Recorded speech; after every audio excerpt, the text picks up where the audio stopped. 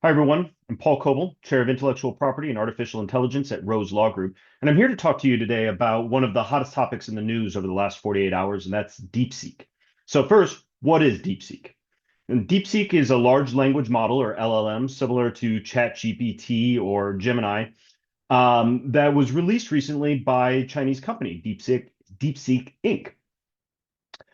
And by kind of benchmarks and performance-wise, DeepSeek is kind of on par with one of the first iterations of ChatGPT. So it's performance-wise very impressive, but it is limited in features and certain other performance characteristics when compared to other modern LLMs such as ChatGPT 4.0. So why is there all this hype and talk about DeepSeek? Well, there's a couple of reasons.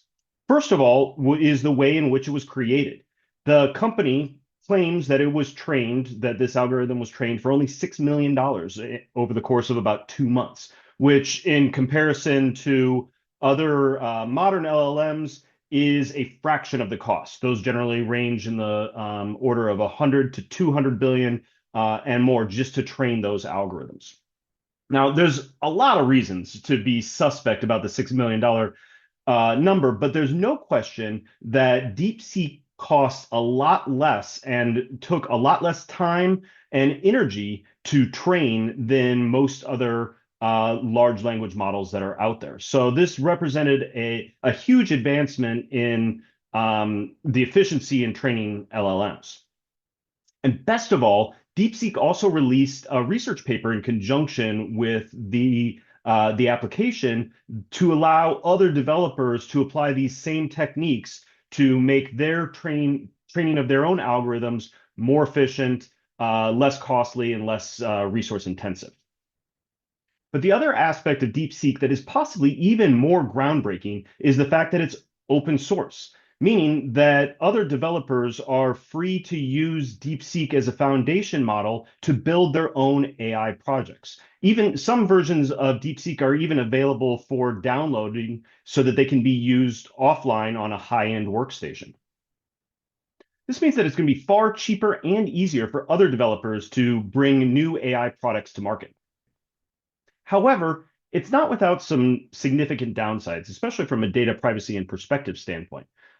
This comes in the form of both censorship and security issues. Now, first, the censorship, anyone who's used DeepSeek for more than a few minutes can see that the censorship hand is very heavy, especially in the hosted online version. It's possible that some of the censorship is removed in or mitigated by using the offline version. However, it's pretty clear that some of this censorship and bias has been trained into the model and built into the weights. So it's difficult to get away from some of the censorship of the Chinese government, especially regarding some certain sensitive topics such as Tiananmen Square. The second big issue that is very concerning, especially to data privacy professionals, is in data security. DeepSeek is a Chinese company, and as if you watched my TikTok video last week, you know that China has some serious, very concerning national security laws that essentially give the Chinese government access to all of the data of any Chinese company, including DeepSeek. Also, if you've heard me speak on AI issues over the last couple of years, you know that it's a serious and significant concern in data privacy of using employees using AI tools and inadvertently divulging sensitive or proprietary data and information to third parties. And in this case, in the case of using DeepSeek, they'll be providing that data and information directly to the Chinese government.